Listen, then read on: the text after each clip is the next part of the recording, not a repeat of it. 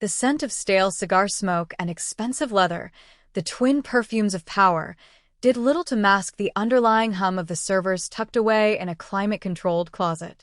It was this hum, a sound he barely registered, that was the true heartbeat of his empire, but Enzo Falcone only understood the language of ledgers and loyalty, of whispered threats and cash changing hands in darkened rooms. His world was one of tangible assets. So when he entered his cavernous, mahogany-paneled office just after dawn and saw her, he saw only a profound betrayal of the tangible. Anya, the 20-year-old girl he'd been convinced to hire, was slumped over her keyboard, her head pillowed on her arms, her pale blonde hair fanned out across the keys. Her breathing was deep, even, the picture of serene dereliction. To Enzo, a man who equated stillness with weakness, it was an unforgivable offense. He saw not exhaustion, but insolence. He saw a child taking his generosity for granted, sleeping in the very nerve center of his operations while he and his men worked through the night. A quiet fury, cold and sharp, coiled in his gut. This was his sanctuary, a testament to a lifetime of ruthless discipline, and she had turned it into a dormitory.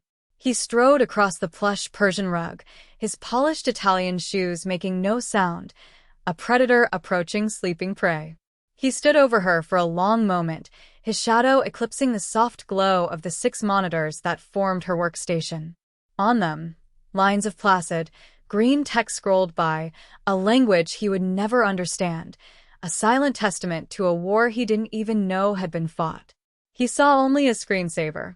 "Marco," he said, his voice a low growl that cut through the quiet. His lieutenant, who had been standing nervously by the door, flinched. "Boss." "Get her up." Marco hesitated, a flicker of something unreadable in his eyes. He had seen the girl arrive 2 days ago, her face a mask of grim concentration. He had brought her endless cups of black coffee, watching as she consumed them without seeming to notice. He knew something was wrong, but his job was to obey, not to question the boss's perception of reality. He walked over and gently touched Anya's shoulder. "Anya." "Wake up. The boss is here." She stirred, a soft groan escaping her lips. She lifted her head slowly, blinking against the dim light of the office. Deep, dark circles were bruised beneath her eyes, and her skin was waxy with fatigue. She looked at Enzo, her gaze unfocused, her mind still lost in the labyrinth of code she had inhabited for the last 48 hours. What time is it?" she mumbled, her voice hoarse. "It's time for you to leave," Enzo stated, his tone flat and devoid of emotion. The finality of it hung in the air.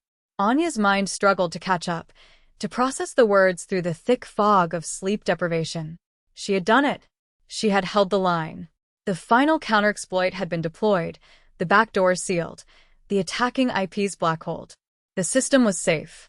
She had saved everything. She tried to articulate this, to explain the sheer magnitude of the assault she had just single-handedly repelled. "Mr. Falcone. There was an attack. A breach. I had to." Her words trailed off as she saw the look on his face. It was a wall of granite, impervious to reason. He wasn't listening. He had already passed judgment. "I don't pay you to sleep," he said, gesturing to the door with a flick of his wrist. "Pack your things. You're done." The word struck her with a physical force. Done? After what she'd just done. The injustice of it was so vast, so complete, that she couldn't even summon the energy to fight. What was the point? He wouldn't understand a single word of the truth. It was a different language from a different world. Marco moved to help her, a silent apology in his eyes, but Enzo's glare stopped him. Anya slowly, stiffly, pushed her chair back. Her muscles ached, her head throbbed. She unplugged her personal laptop, coiled the cord with unsteady hands, and slid it into her worn backpack. She didn't look at the 6 monitors, still scrolling with the code that had been her entire world for 2 sleepless days and nights.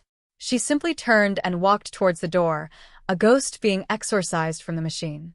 "And leave the keycard," Enzo added, a final, dismissive punctuation. Anya slid the plastic card from her pocket and placed it on the edge of a mahogany table. Then, without another word, She was gone, the heavy office door closing behind her with a soft, definitive click. Enzo Falcone settled behind his massive desk, the leather of his chair groaning in quiet protest. He felt a profound sense of satisfaction, the clean, sharp feeling of a necessary amputation. He had excised a weakness from his organization. The girl, with her casual disrespect, was a symbol of the softness he constantly fought against, a creeping rot of informality that could undermine the foundations of fear and discipline upon which his entire enterprise was built. He poured himself a small glass of water from a crystal decanter, the silence of the office now restored to its proper, reverent state. Marco lingered by the door, his posture radiating an unease that irritated Enzo. "Something on your mind, Marco?" Enzo asked, his voice deceptively mild. Marco shifted his weight. "No, boss. Nothing." He knew better than to argue, especially when Enzo had that look of righteous certainty. Arguing now would be like trying to reason with a landslide. It was better to let the dust settle. "Good," Enzo said, taking a sip of water. He leaned back, surveying his domain. "That is what happens when you forget who you work for. You forget your place. This is not some tech startup with beanbags and nap pods. Here, we demand respect. We demand vigilance." She was asleep. "In my office. It is an insult not just to me, but to every man who puts his life on the line for this family." His words were a lecture, meant as much for himself as for his lieutenant. He was reinforcing his own decision, burnishing it with the logic of his world. In his world, a sleeping soldier was a dead soldier. It was that simple. He could not, comprehend the nature of a battlefield that existed behind the glass of a screen, a place where the most ferocious battles were fought in total silence, the only movement the frantic dance of a programmer's fingers. He spent the next hour on the phone, his voice a smooth, confident purr as he negotiated a deal for a new shipment, his authority unquestioned, his control absolute. The business of the day proceeded as it always did. The sun climbed higher, casting long shadows across the city below his penthouse window. He felt powerful, decisive. He had purged the impurity, and the body of his organization was stronger for it. He barely glanced at the corner where Anya had worked.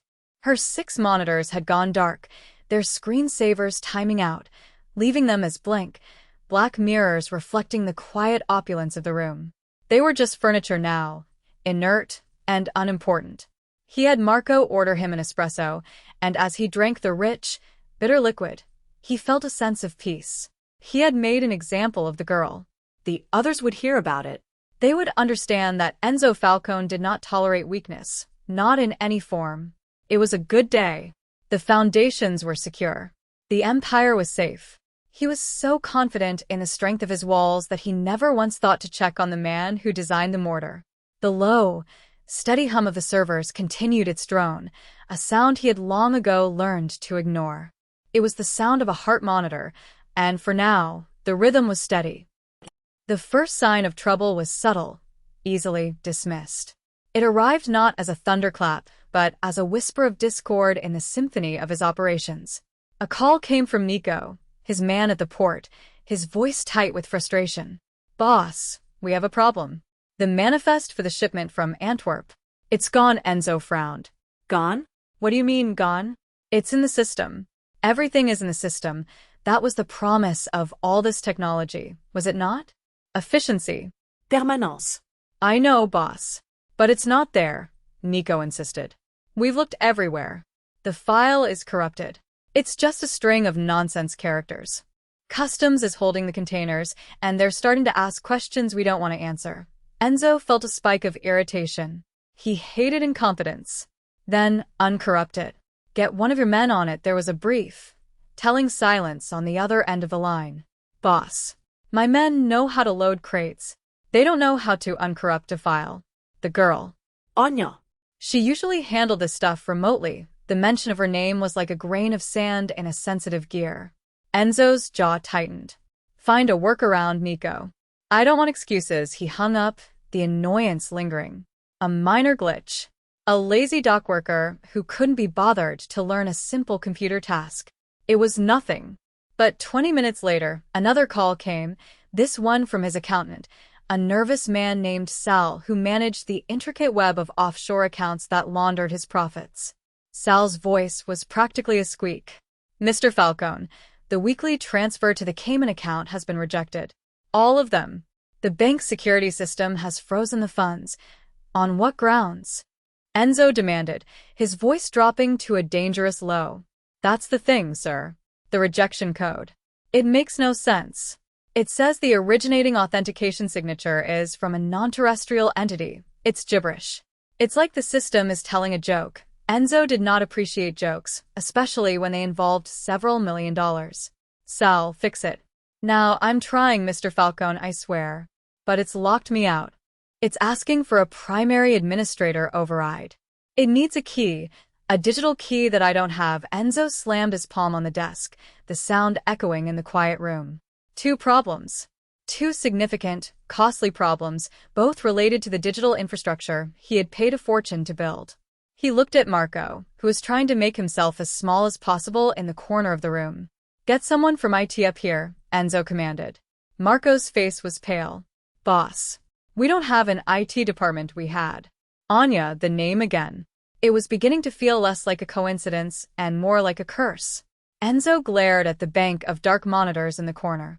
For the first time, he felt a prickle of unease, a cold sensation that had nothing to do with rival families or police investigations. It was a fear of the unknown, of a world he did not control and could not intimidate. The low hum of the servers in the closet suddenly seemed louder, more insistent, like the sound of a patient's breathing becoming labored. He was a king in his castle, but he was slowly realizing that the castle itself was built on foundations of sand, and the tide was coming in. The cascade began in earnest an hour later. It was no longer a series of isolated problems but a full system collapse, a digital seizure. The first of Anya's 6 monitors, which had been black for hours, flickered to life on its own. A single line of red text appeared against the dark screen. "Critical, kernel panic. Core authentication protocol failure." Enzo stared at it, the words foreign but their color universal in its warning. Then a second monitor lit up, then a third, each one displaying a different, terrifyingly cryptic message. "Firewall breach detected. Port 22. Root access violation. Encryption key mismatch. Data integrity compromised." Within minutes, all 6 screens were alive, a chaotic patchwork of scrolling red alerts, error codes, and system warnings. They were no longer blank mirrors. They were windows into a burning building. The secure, internal communication network he used to speak with his capos across the country went dead. One moment, he was yelling at his Chicago contact about a missed payment. The next, there was only static. The surveillance feeds from his warehouses, the dozens of cameras that were his eyes and ears, all blinked out simultaneously, replaced by a uniform, mocking blue screen. The Empire was suddenly deaf, dumb, and blind. Panic, a feeling Enzo hadn't truly experienced in decades, began to creep up his spine. His power, his entire operational command, was evaporating before his eyes. He barked orders at Marco, who was frantically trying his personal cell phone, only to find the calls wouldn't connect, the network jammed by some unseen force. "What is happening?" Enzo roared, sweeping a stack of papers from his desk in a rare show of uncontrolled fury. He was a man of action, a man who solved problems with force and intimidation, but this was an enemy he couldn't see, couldn't threaten, couldn't hurt. He was fighting a ghost. The hum from the server closet had changed its pitch. It was higher now, strained, punctuated by the frantic clicking of processors overheating. It sounded like an animal in pain. The fortress was not just being breached, it was being dismantled from the inside out, its digital sinews being severed one by one.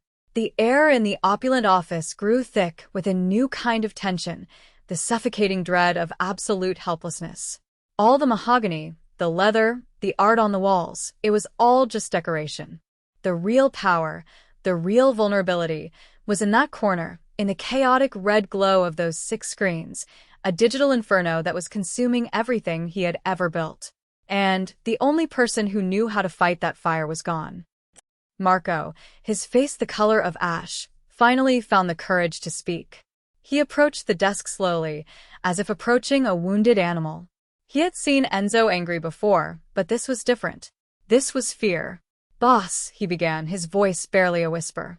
"I think I know what this is." Enzo turned his furious gaze on him. "Then speak." "It's Anya," Marco said, the name now feeling like an incantation. "The attack she mentioned.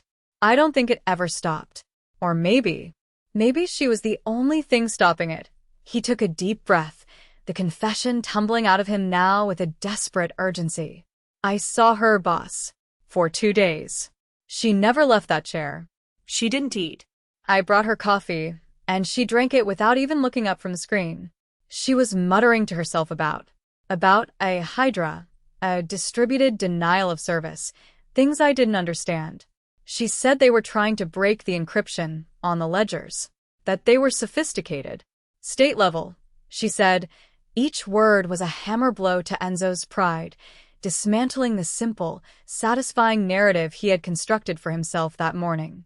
The image of the lazy, disrespectful child was shattering, replaced by a new one, a lone sentry on a wall, holding back an invisible horde while the king slept soundly behind her, oblivious. "She wasn't sleeping because she was lazy, boss," Marco continued, his voice gaining strength as the truth took hold. "She was sleeping because she couldn't physically stay awake any longer. She collapsed. She won. She saved us.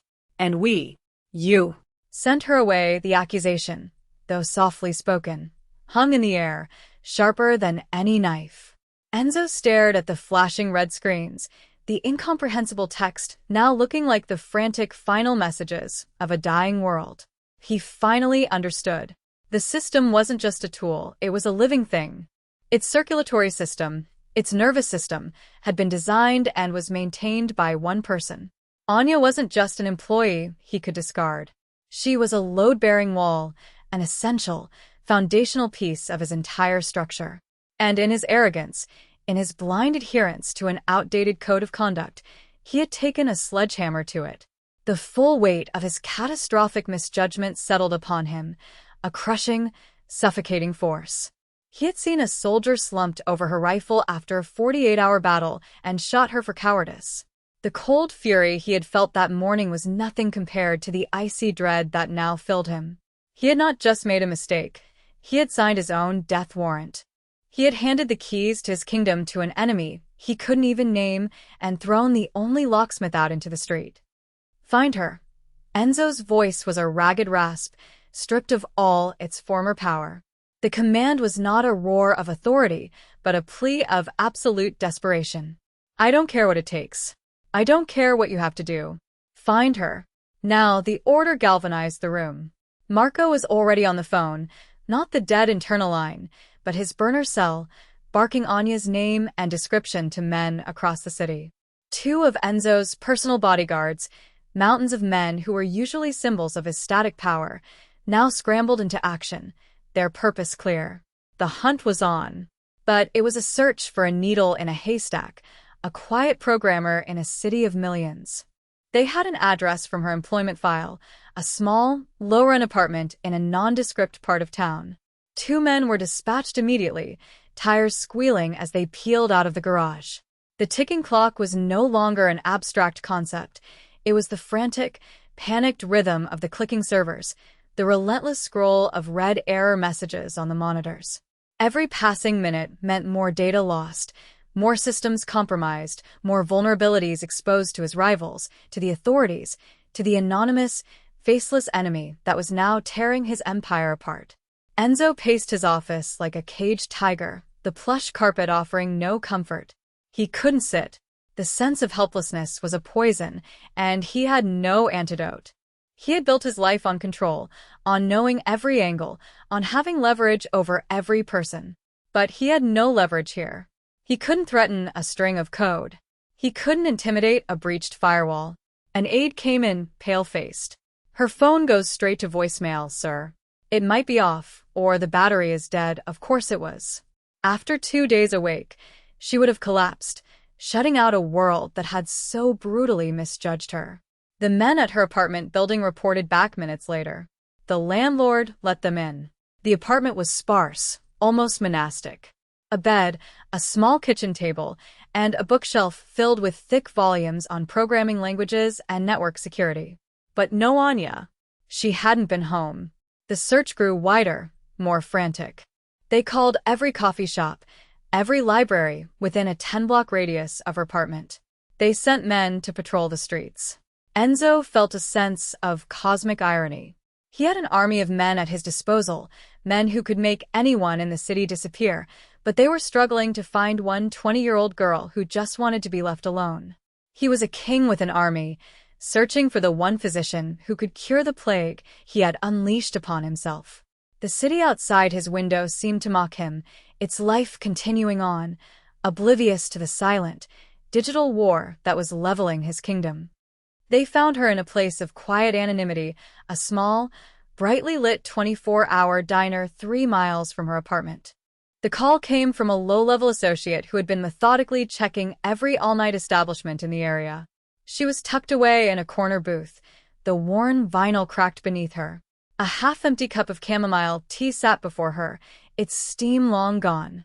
She wasn't reading or looking at a phone. She was just staring out the window, her expression distant and hollow.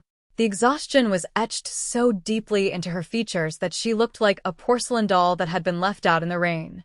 She was so still, so small, a stark contrast to the colossal chaos she had left behind. When 2 of Enzo's men, both over 6 feet tall and built like refrigerators, entered the diner, the atmosphere shifted instantly. The handful of other patrons, a cab driver on his break, a couple of students, fell silent, their eyes wide. The men moved with a practiced economy, spotting her immediately. They approached her booth not with aggression, but with a strange, almost delicate caution, as if approaching an unexploded bomb. "Miss Anya?" one of them said, his voice, usually a guttural bark, softened to a respectful murmur. Anya turned her head slowly, her gaze drifting over them. There was no fear in her eyes. No surprise. Only a profound, bottomless weariness. It was as if she had been expecting them, as if this confrontation was simply the logical, inevitable conclusion to the events of the morning. She had built the system.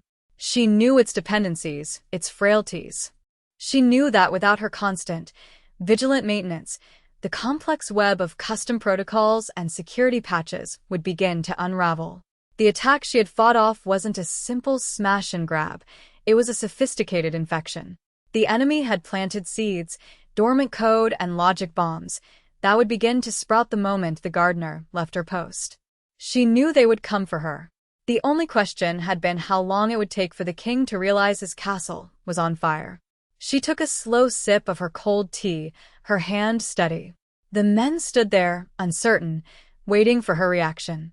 For the first time in their lives, they were faced with a problem they couldn't solve with their fists. The most powerful person in the room was not the one with the gun, but the one who understood the code. "He sent you," she said. It wasn't a question. It was a statement of fact. The man nodded. "Mr. Falcone would like to speak with you."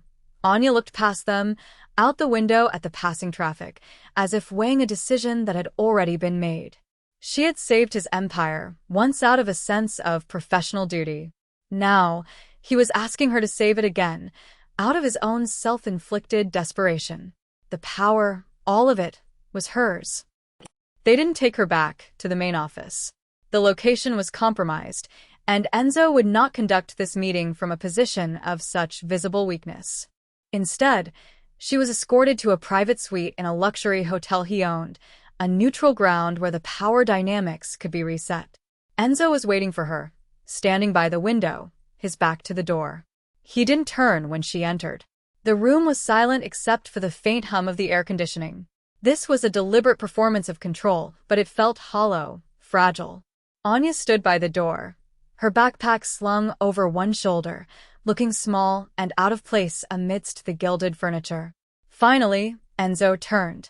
The arrogance was gone from his face, replaced by a grim, calculated humility. He looked older than he had that morning. "They tell me I made a mistake," he said, his voice even. It was the closest he could come to an apology. Anya said nothing. She simply watched him, her blue eyes clear and unervingly perceptive. Her silence was more powerful than any outburst would have been. It forced him to continue, to lay his desperation bare. The system. Everything. It's coming apart, he admitted. They say. Only you can fix it, he gestured to a chair. Name your price. Money, a new apartment, anything you want. It's yours. Just fix it. Anya walked further into the room, but didn't sit. She set her backpack down gently on the floor. Her exhaustion had given way to a sharp, clinical focus. The adrenaline was gone, but her mind was clear. This isn't about money, she said, her voice quiet but firm. Do you even know what happened? Do you have any idea what you were up against? He shook his head, a gesture of profound ignorance. It was a targeted, persistent assault by a rival organization with state-level resources, she explained, her tone becoming that of a lecturer briefing a clueless subordinate. They weren't just trying to steal from you. They were trying to erase you. They spent months probing for weaknesses before they launched the main attack. For 48 hours, they threw everything they had at our defenses. I didn't just patch a leak. I fought a war. I had to write countermeasures in real time while deflecting simultaneous attacks on 3 different fronts. She began to pace slowly, the energy returning to her as she spoke of her work. When I left, the war wasn't over. It was just a ceasefire. I built defenses, but I also built traps. The moment my credentials were revoked and my maintenance protocols stopped running, it triggered a cascade failure that I designed as a dead man switch. But the attackers also left traps of their own. Logic bombs. Backdoors. Right now, your entire financial ledger is probably being decrypted. Your communication network is likely mirrored. They are watching you fall apart, and in another few hours, they will own everything. Enzo listened, and for the first time, he began to grasp the sheer scale of the world he had so casually dismissed. It was a world of ghosts and traps, of invisible wars fought at the speed of light. He was a relic, a man of iron and concrete in an age of silicon and light. Can you stop it? He asked, the question raw and exposed. Anya stopped pacing and looked at him directly. I can, but not for you. And not on your terms. Anya sat down, not in the chair he had offered, but on the edge of the sofa, placing herself on his level. The negotiation was over before it began. This was a dictation of terms. First, she started, her voice unwavering, I will have a new contract. It will not be for employment. It will be for consultation. My services are retained, not owned. The fee will be 10 times my previous salary, paid into an account of my choosing.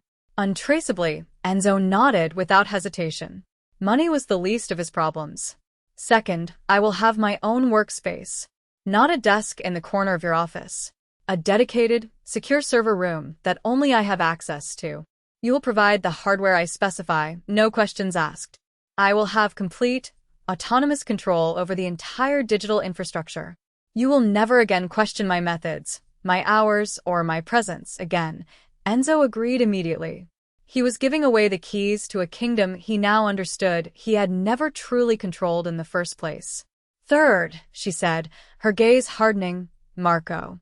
He is to be my sole point of contact. He brought me coffee when I was working. He showed a basic level of human decency. I will not report to you. I will not speak to you unless it is a matter of absolute existential threat. My reports will go to him, and he will relay to you what you need to know. This was the sharpest blow. It was a calculated stripping of his authority, a reordering of the hierarchy. It placed a barrier between him and the heart of his own operation. For a moment, his old pride flared, but one look at her resolute face and the memory of the 6 red screens extinguished it. He nodded, the motion stiff. Agreed. She stood up, the terms delivered. There was nothing left to say. Good, she said. Now, if you want to have a business left by sunrise, you'll take me back to my desk. The journey back to the office was silent and tense. When they entered the mahogany sanctuary, the scene was worse than before. The frantic red text scrolled faster, a digital death rattle. Several of Enzo's men stood around helplessly, their faces grim. They all turned as Anya entered, parting before her like she was a high priestess entering a desecrated temple. She walked straight to her old workstation, ignoring everyone, including Enzo. She dropped her backpack, sat down, and surveyed the 6 monitors. For a long, silent minute, she just watched the chaos, her face unreadable. It was as if a surgeon was studying the X-rays of a patient with catastrophic internal injuries, calmly assessing the damage before picking up a scalpel. Then, her fingers found the keyboard. They moved, not with the frantic energy of panic, but with a calm, deliberate precision. A new window opened on one of the screens, a simple black command line. Her fingers began to fly. Lines of white and green code spilled across the screen, a defiant countercurrent to the tide of red alerts. It was a language no one else in the room understood, but they could all comprehend the effect. On another screen, a block of scrolling red errors suddenly vanished, replaced by a single green line, firewall integrity restored. A collective, unconscious sigh of relief went through the room. She was not just typing, she was weaving, building, fighting. She was a maestro conducting a symphony of logic, her commands cutting through the noise, isolating threats, and re-establishing order. Enzo and his men could only stand and watch, mesmerized, silent witnesses to a form of power they had never respected and now could only revere. Hours bled into one another. The city outside the windows went dark, its lights a glittering tapestry that Enzo no longer saw. His entire focus was on the small, blonde woman in the corner and the silent, furious battle she was waging on his behalf. The transformation of the monitors was slow but undeniable. The overwhelming red began to recede, beaten back, screen by screen, by the steady advance of Anya's code. It was like watching a fever break. The frantic, high-pitched whine from the server closet subsided, returning to its normal, unobtrusive hum. The blue screens on the surveillance monitors flickered, then resolved into the familiar, grainy images of his warehouses. A phone on a side table buzzed to life, a notification from the secure communication app. The system was breathing again. Anya worked with an inhuman focus, her body a mere vessel for the sharp, analytical mind that drove her fingers. She didn't speak, didn't ask for anything. Marco anticipated her needs, placing a fresh bottle of water and later, a plate of food, beside her keyboard. She ignored them for hours, until finally, during a long compilation process, she took a few bites of the sandwich without ever taking her eyes from the screen. Enzo never moved from his position by the window. He watched her, and in doing so, he was fundamentally re-educated about the nature of his own empire. He had always seen his strength in physical terms, the number of men he commanded, the cash reserves he held, the territory he controlled. He now understood that those were merely the limbs of his organization. The brain, the nervous system, the very thing that allowed the limbs to function, was this intricate, invisible web of data. And its guardian, its architect, its surgeon was Anya. He thought of his own father, a man who built his power with his fists and a knife in the back alleys of Naples. He had inherited that legacy and expanded it, but the world had changed beneath his feet without him ever noticing. The weapons were different now. The threats were no longer just men with guns, but anonymous actors half a world away who could cripple him with a keyboard. In his ignorance, he had mistaken the most powerful weapon in his arsenal for a simple clerk. The shame of it was a cold, heavy weight in his chest. He had not just been wrong. He had been a fool. The sun began to rise, painting the sky in shades of gray and pink. Anya finally leaned back in her chair, her fingers slowing, then stopping. She rolled her shoulders, a gesture of deep physical and mental fatigue. The 6 monitors now displayed calm, steady streams of diagnostic data. The system was stable. The immediate threat was gone. "It's clean," she said, her voice raspy from disuse. "The backdoors are purged, the logic bombs are disarmed, and the encryption has been rebuilt with a new key. I've patched the vulnerability they exploited. They won't be getting in that way again." She looked over at Marco. "I'm going to need a full hardware audit. I'll have a list for you in an hour. Then I'm going home to sleep." She finally turned her head and looked at Enzo, her gaze level, holding no malice, only a clear, professional distance. The power dynamic, irrevocably, had been cemented. He was the client. She was the expert. He simply nodded. Thank you, it was all he could manage, the two words feeling utterly inadequate. The silence in the office was different now. It was no longer the silence of fear-based command. It was the silence of earned, profound respect. The king was still on his throne, but he now knew, with absolute certainty, that the true power resided in the quiet corner of the room.